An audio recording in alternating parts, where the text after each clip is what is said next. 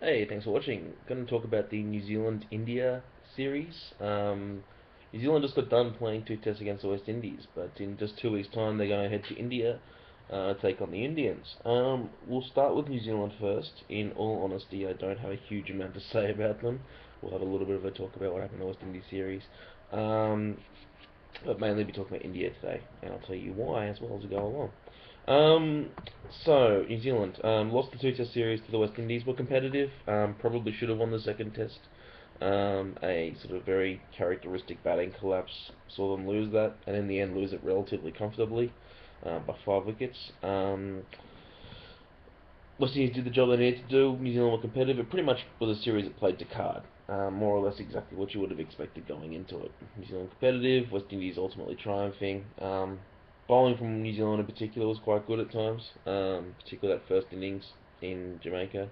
Um, Left out Chris Martin in that series, now in that second test. Now, I don't know if Chris Martin had an injury, I didn't hear anything about it, but it's very, very odd to play four seamers and not play Chris Martin.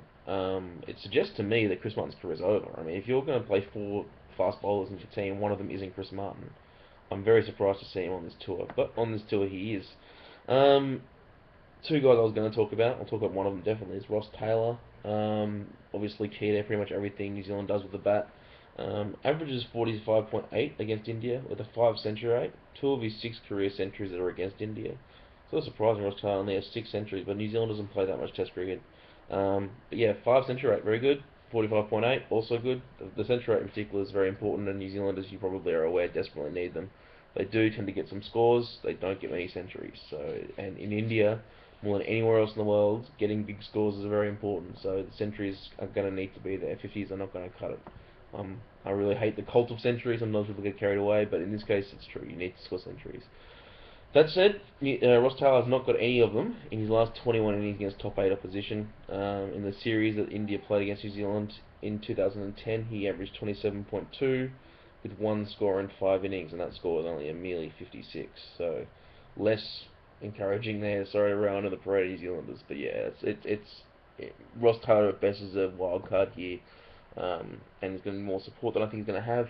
Probably New Zealand's second best batsman is probably Daniel Vettori, and he's out of the series. I had some numbers on Vettori there too. They weren't particularly pleasant reading for New Zealanders, but more importantly is his contributions with the bat. Um, Also, there's not enough batting here to make this a competitive series. Jeetan Patel will be doing the slow bowling duties. They do have to play at least Jeetan Patel. Had a great first class series in England. Strong first class competition. Has 38 wickets at 23.65 this season. So there is a silver lining there. But again, considering we're talking about India here and the need for really high quality slow bowling, it's not looking too fantastic. India is what I really want to talk about, in all honesty. I just don't think the result is in too much doubt. I think most people will agree with that. This is a two-test series. India should win both unless the batting conditions are absolutely Antiguan and St John's like, or there's a lot of rain. Um, but this is a really critical series for India. We haven't seen India play cricket for 7 months. Last time we did, they were not playing it very well. They lost to Australia in 4 tests. They probably should have lost the last 3 by innings. Had a similar situation against England. Lost 4 tests there, several by innings. So that should cause a shake-up. Rahul Dravid is now retired, and we should now see some progress in Indian cricket. Their bowling stocks, as I mentioned on my blog, more or less okay. I don't have a massive problem with that. They're young. There's no one that's great. Zahir Khan is stable. I think Yadav has some talent, a lot of bounce that he can create. Ashwin has gotten 5 wickets a match early on in his career and a century, so let's give him another 5-10 tests. Let's see what happens. Um, Ishan Sharma's a guy I'd like to see out of that attack. I don't see any reason to keep him in. People rave about that Ron Ricky Ponting series. Well, first of all, Ricky Ponting hasn't been that good for 4 years, and secondly, it's one series, and he's been terrible ever since. And yeah, so no Ishan Sharma, please. But the rest of the blinds I can fine with. Let's give it a chance. It's not great. It's going to be certainly good enough to get some New Zealand wickets. So young with Zahir Khan, some stability. I like it. The batting card is the real issue. That's what I really want to focus on here in the last 5 minutes of this talk. India I always assumed they just churn out high quality young batsmen from Ranji Trophy, and you can pluck a guy average 65 from there. Someone like Rohit Sharma, for instance, his average is nearly 60. I'm going to talk about some first class numbers as we go along. Um, but I really particularly want to see VVS Laxman out of this team. Well, Selleck and Gambino I can sort of understand. Again, we'll come back to that. Tanuka certainly should be given at least another year, although, he's on notice. Guy's played 23 years. Had a okay but not great year last year. Um, really a bad year for him, averaged about 42.5. Um, so, it shouldn't be his birthright here. Same thing with Ponting in Australia. You got to make the team better, and you got to get people in there, generally speaking, who are getting better, not worse, every Test match. But Laxman has scored one century in his last 39 Test matches. There's not a lot of reason to get excited about a guy who bats at 4-5 in the card, who has one century in 39 Test matches. Had a really good 2010, although again it was based on scoring, and when you're batting at that place in the card, scoring is not necessarily the be all and end all. Um, yeah, I see. He wasn't even that great when he was good. Laxman, he's played 134 tests, and he averages about what 46. In this batting era, in great batting conditions that he's played in for most of it, yeah, there's some cool Australian stuff. And there is. The 281 is amazing. It's folklore, but yeah, time to get him out. Who to bring in? Well, two are guys that we hear a lot about are Chitesh Pujara and Rohit Sharma. Now, Sharma is well known to most people with low cricket. He plays a lot of one-day international cricket. 59.89 first-class average. It's astoundingly high average. Even in India, take 10 runs off it, still a very good first-class average. 59.89, 6.1 century rate, very high score percentage. 39.7, guy that you can see batting down the order. Really good player, slow bowling, for instance. Would work great at number 6. High score percentage, ability to rotate strike, really good player, slow bowling, these kind of qualities, and a great average. So, look, young player, let's get him in. We've been talking about Rohit Sharma for years now. Let's put him in the side, young guy, let's get better. Let's not get worse. I mean, their batting was terrible last year. Pujara. Pujara we've heard also a lot about in terms of the successor to Dravid. 53.32 first class average, 7.4 century rate, 33.7% score percentage. Those are more humble numbers, I guess, but they're all still very good numbers. If you had that in any other first class competition, you'd be rushing this guy into your team. He's supposed to be the number 3 shot selection guy, technician.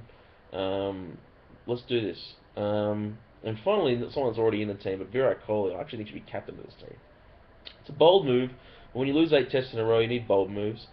He's the one guy you can say on this team. Look at this team, say one guy in 5 years' time, Virat Kohli will be part of the team. There's no one else I can say that about. Virat Kohli has.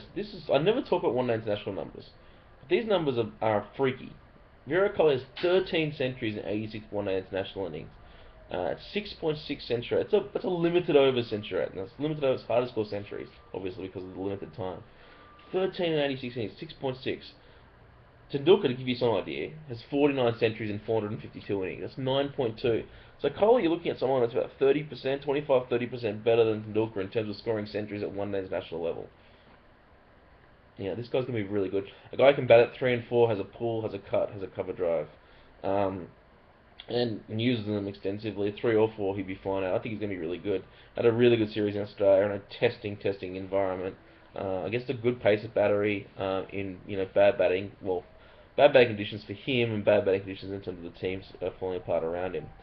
I think they should also get rid of one of Sellag or Gambier. I will get rid of Sellag. But I think that the important point here is that India needs to look at getting better going forward. Okay, Selwag is not getting better. He played terribly out here again. Beer's not getting better.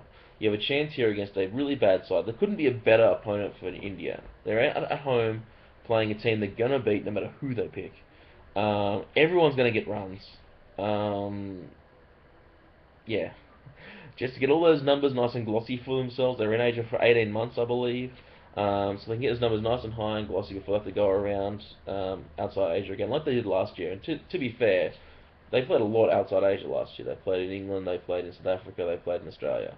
So I can understand, why it went poorly, but it went way too poorly to be acceptable. And if they're serious about making this team better and cleaning it up, then they need to put the kids in. Let's start getting better. Let's not just stick around with guys that we know aren't going to perform very well and aren't going to be part of this team in 3 or 4 years' time.